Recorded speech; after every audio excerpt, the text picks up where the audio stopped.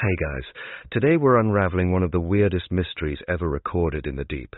A sound so massive and so out of scale with everything else in the natural world that for a while, even seasoned scientists muttered the words, sea monster, with a straight face. Picture it, the late 1990s. You're somewhere in the Pacific, thousands of miles of cold, salt water pressing down like a lead blanket. And suddenly, the ocean itself seems to groan. Not a whale call, not a submarine ping, but a roar so deep it rattles instruments designed to listen across entire continents. You can't really hear it with your bare ears. The frequencies are too low, but the machines pick it up, amplify it, and suddenly you realize the planet itself might be talking. And here's the kicker. You probably won't survive this if it ever decides to climb up from the depths.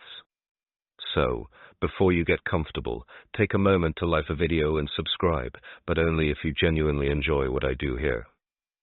And tell me in the comments, where are you watching from, and what time is it there right now?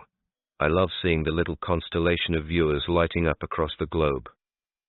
Now, dim the lights, maybe turn on a fan for that soft background hum, and let's ease into today's journey together. You're in 1997, a year of floppy disks, Titanic in theaters, and dial-up internet. Somewhere far from civilization, underwater microphones, the fancy term is hydrophones, are stationed across the Pacific as part of a cold crown. More-era surveillance system, originally designed to eavesdrop on submarines sneaking around. By the late 20th century, they'd been repurposed to listen for all sorts of odd sounds in the deep. And one day, out of nowhere, they catch it. A sound so loud that sensors more than 3,000 miles apart record the same event. Imagine clapping your hands in Los Angeles and someone in New York going, "Yeah, I had that too." That's how powerful it was. The recording itself? Well, scientists later nicknamed it the Bloop. Cute, right? Like something you'd name a pet goldfish. Except this goldfish was hypothetically the size of Manhattan, if you listen to early speculation. You sit at the control console in your mind's eye, the hum of machines around you, when suddenly a graph on the screen spikes into jagged peaks. You lean closer, listening. It doesn't match any known catalogued whale call. It's organic sounding, like something alive bending the water around it, but amplified to a planetary scale. Here's your first mainstream historical fact. In 1997, NOAA, the National Oceanic and Atmospheric Administration, officially recorded the sound and released it to the public a few years later. It wasn't a top-secret alien cover-up or a classified naval experiment. It was, however, so bizarre that once the clip hit the wider world, newspapers and early internet forums lit up with questions. Some headlines even ran with "unknown creature," as if Nessie had just applied for American citizenship. You might smirk at that, but the fringe tidbit is even better. In the first few months after its release, conspiracy chat rooms genuinely filled with talk of H.P. Lovecraft's Cthulhu rising from its slumber in the Pacific. And no joke, one of NOAA's hydrophone stations sits not too far from a region Lovecraft once fictionalized as Rea, the supposed resting place of his cosmos squid god. Coincidence? Probably. Deliciously eerie? Absolutely. Now, historians and scientists still argue whether the very first reactions to the Bloop were tinged with genuine fear or just playful curiosity. Some insist marine biologists privately panicked, muttering about the possibility of an undiscovered giant species lurking deep in the abyss. Others argue it was all blown out of proportion by the media. You picture two researchers in lab coats bickering, one clutching printouts saying, "This could be bigger than the blue whale," and the other sighing, "Relax, Karen, it's probably ice." The thing is, sound underwater doesn't behave the way you expect. It travels faster, farther, and bends through layers of temperature and salinity like it's on a roller coaster. You think of the ocean as muffling things, like plugging your ears, but really it's more like a cathedral that echoes endlessly. That means when the Bloop roared, it ricocheted across the ocean basins, pinging off ridges and trenches until it was heard practically everywhere. You picture yourself floating in a tiny submersible, drifting over the darkness of the abyssal plain. The only light is the glow of your dashboard. Then through the hull you feel a vibration, low, bone deep, like someone rolling thunder right beneath your feet. You glance at the sonar screen and see nothing but static. And in that moment your stomach twists, because if something is out there, it's not showing up. That's when the playful part of your brain whispers, what if it really is alive? A quirky little aside, one popular theory on early forums was that the Bloop was a giant rubber duck, squeaking against the ocean floor. Yes, really. Someone even drew cartoons of colossal bathtub ducks lurking near hydrophone stations. That's the internet for you. 1 part scientific curiosity, 2 parts meme generator. And yet, while people laughed, you can't quite shake the chill. Because unlike UFO sightings or ghost stories, this wasn't a fuzzy photo or a tall tale. This was hard data, a sound wave captured on government instruments, catalogued, studied, and undeniably real. No photoshopping involved. The ocean made a noise that should not exist, and no one could explain it. Not fully, not immediately. You trace the story forward in your mind, realizing how that one sound cracked open the imagination of an entire generation. Even now, decades later, you're here, leaning closer, wondering about it with the faint hum of your own room's fan sounding like distant hydrophone static. And you can almost feel the Pacific pulling you in, whispering across the years, listen closer, I'm not finished yet. You're still drifting in that mental submersible, the hum of the Bloop's echo fading into the blackness. And the more you sit with it, the harder it is not to slide into speculation, because when humans don't have a neat explanation, we tend to invent monsters. That's been our survival trick since we were huddling around fires in caves. If you hear something you don't recognize, assume it has teeth. And boy, did the Bloop invite those teeth. Almost immediately after Noah's announcement, people began tossing around the idea of undiscovered megafauna, giant creatures hidden in the deep.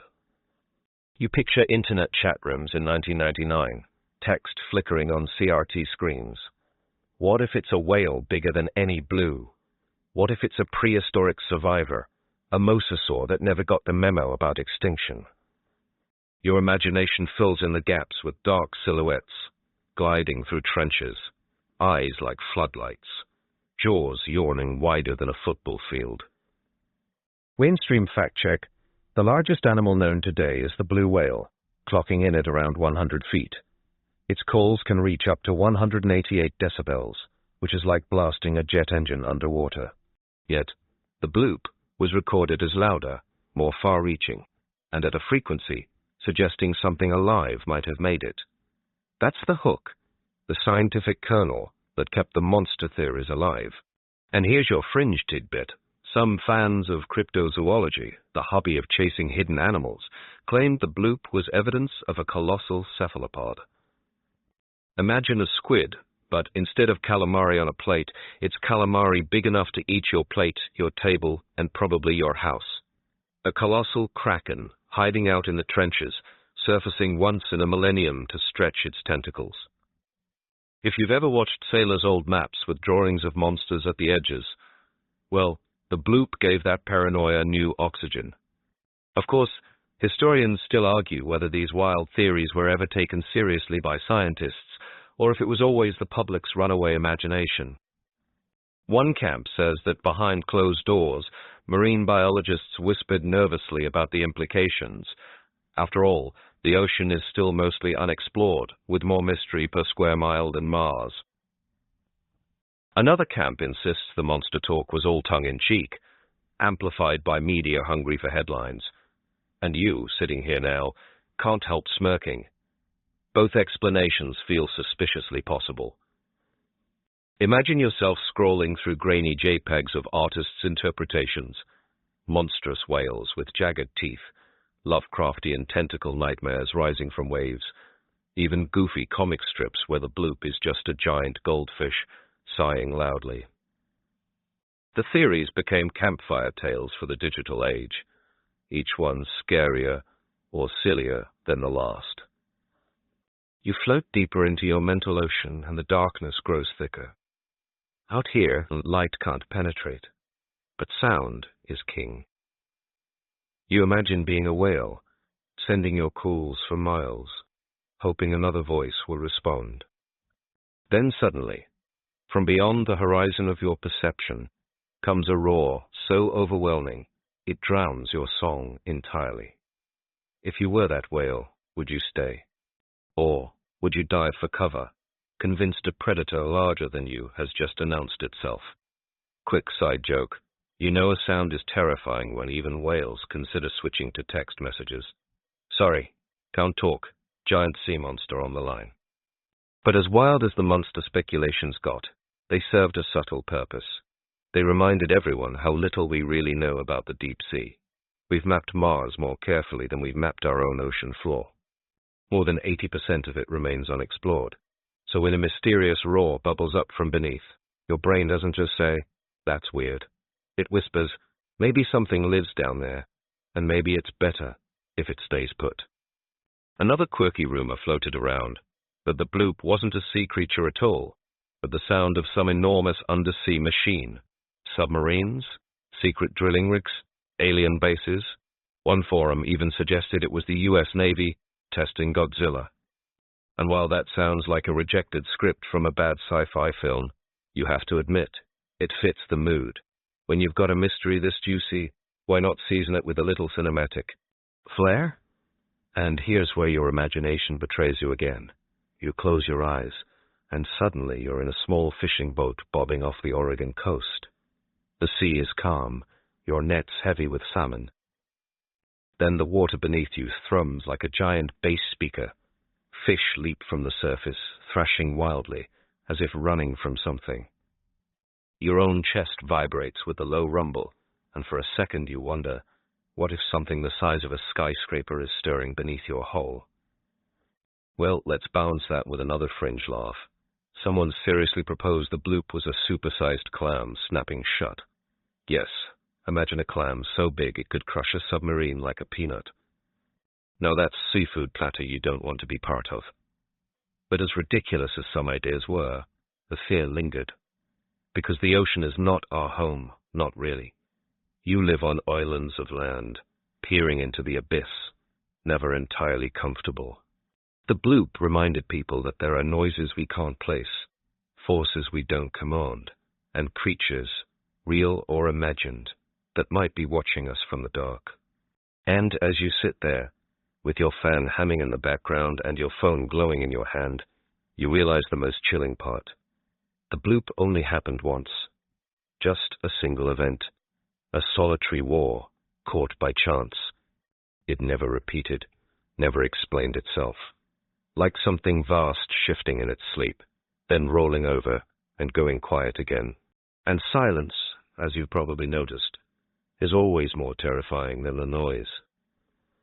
You're sitting with that silence now, the echo of a sound that never returned.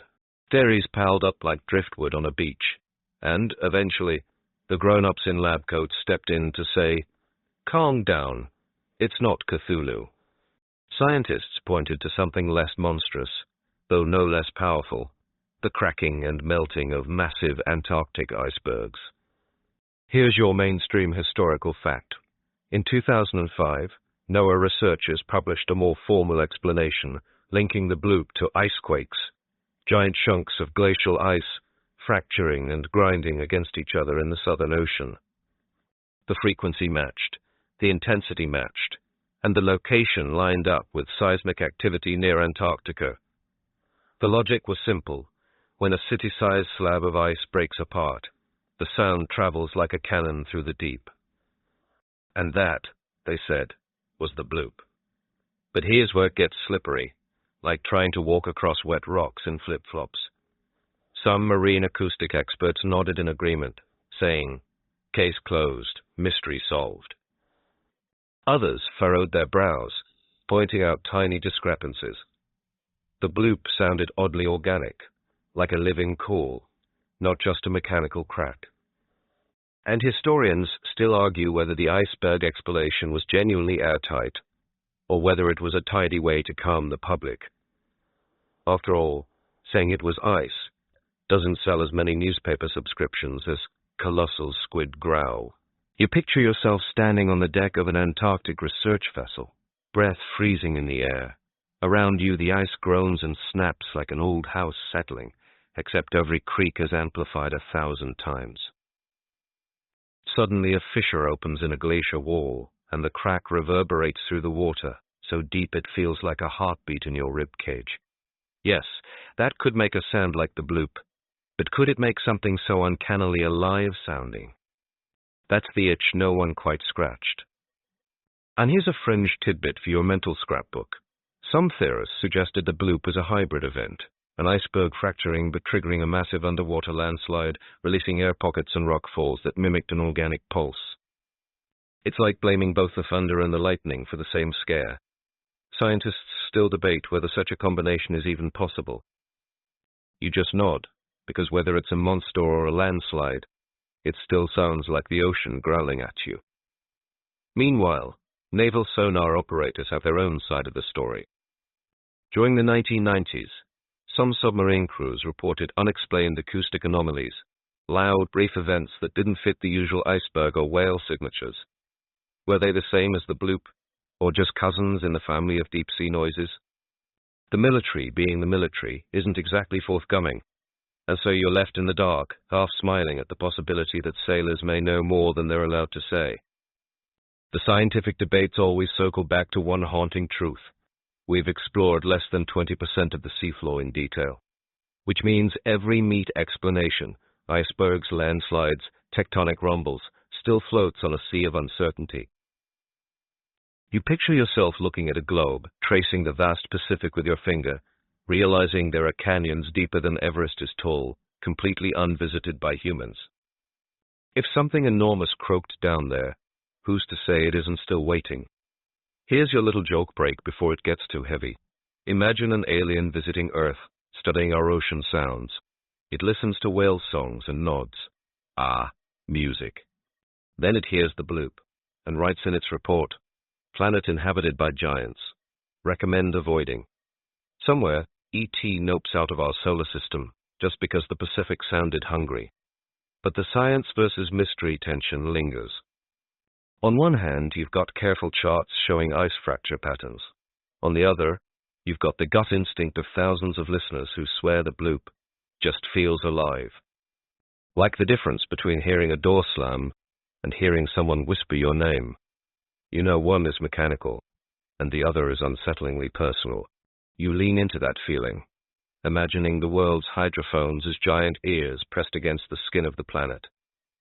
Most days they hear background chatter, the crackle of shrimp, the moans of whales, the distant grind of ships. Then, once, in 1997, they caught something. Vast and singular. It's like eavesdropping on a conversation where someone shouts from a room you didn't even know existed. And then, silence again, as though the speaker realized they'd been overheard. Historians of science like to point out how mysteries often get explained in ways that soothe rather than solve. Think of early meteorite studies. For centuries, experts said rocks couldn't fall from the sky because there are no rocks in the sky.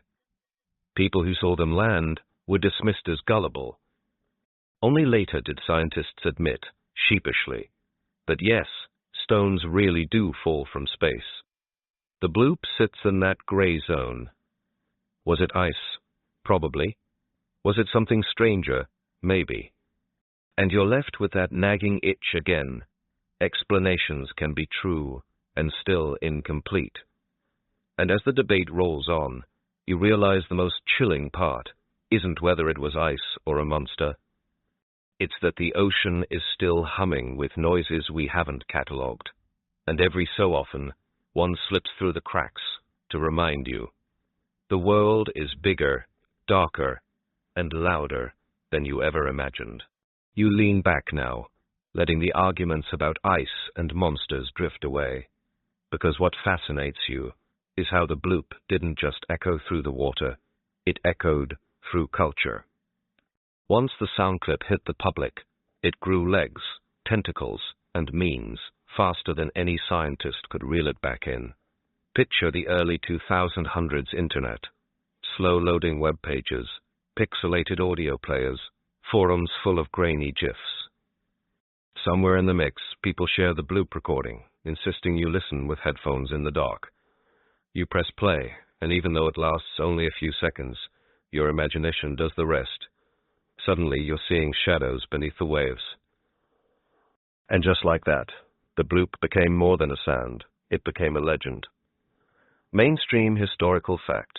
The bloop even wormed its way into Hollywood. The 2012 movie, The Thing, used it as part of its sound design.